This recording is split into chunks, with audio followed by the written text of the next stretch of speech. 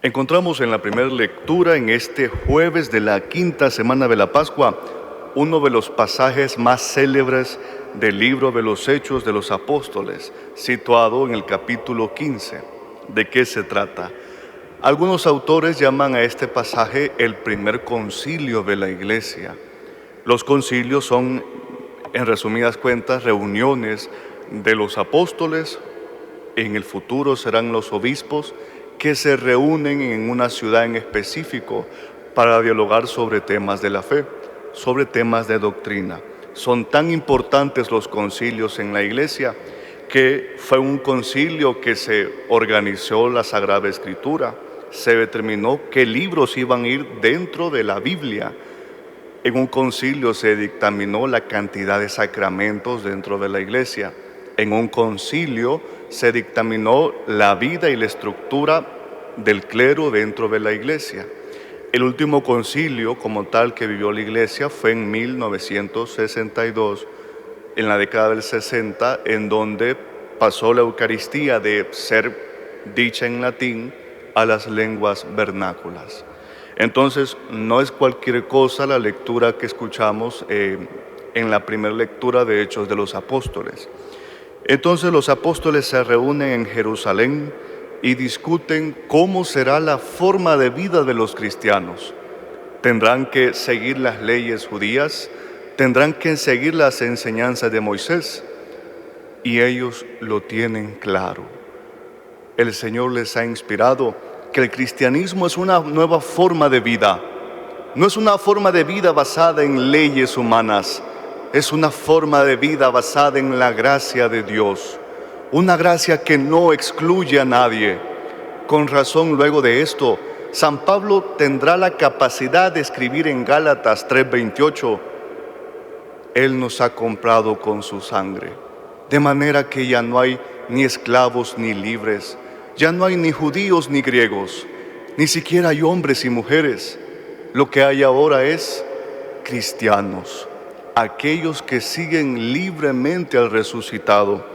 Usted puede pensar que este texto es un texto más de la Biblia, pero no es así. Tiene un poder profundo, porque en el judaísmo existían leyes que segregaban a las personas. Habían momentos en el templo de Jerusalén, habían sectores dentro del templo que no podían entrar mujeres ni niños. En las escuelas para estudiar la Escritura no se aceptaban más que hombres, y aquellos que estuviesen casados, por supuesto. Entonces el cristianismo barre por completo esa segregación. Ya no debe de haber más divisiones dentro del pueblo de Dios. Y si ya no hay más divisiones dentro del pueblo, tenemos nosotros que seguir ese espíritu que unifica al pueblo. Demos ese paso de la división a la unidad. Aunque este mundo divida a las personas por cuestiones políticas, por cuestiones raciales, por cuestiones económicas, no debe de ser así en la iglesia de Dios. Aquí no debe de dividirse el pueblo entre quien tiene y quien no, quien pertenece a una casta política y quien no, quien tenga poder y quien no. No debe de ser así en medio de nosotros, porque mientras el mundo se divide, el cristiano debe de estar unido a su fe, unido a su iglesia. Existe también otro tipo de división dentro de los cristianos, aquellos que dividen su vida. Vienen un momento a la iglesia, pero el resto de su día o de su vida, ¿qué hace? Todo su día, toda su vida debe de ir unida a la fe y la fe en la oración. Por eso es que luego la Escritura va a decir, aquellos creyentes que están divididos en sí mismos irán a la ruina. Por eso es tan importante la unidad en medio de la división. Debemos de promover entonces esa unidad que oraron y discernieron los discípulos hoy en la primera lectura. Una unidad que no segrega, no aísla a las personas por pensar distinto a nosotros. No aísla a las personas por un color político, no aísla a las personas por pertenecer a una clase económica.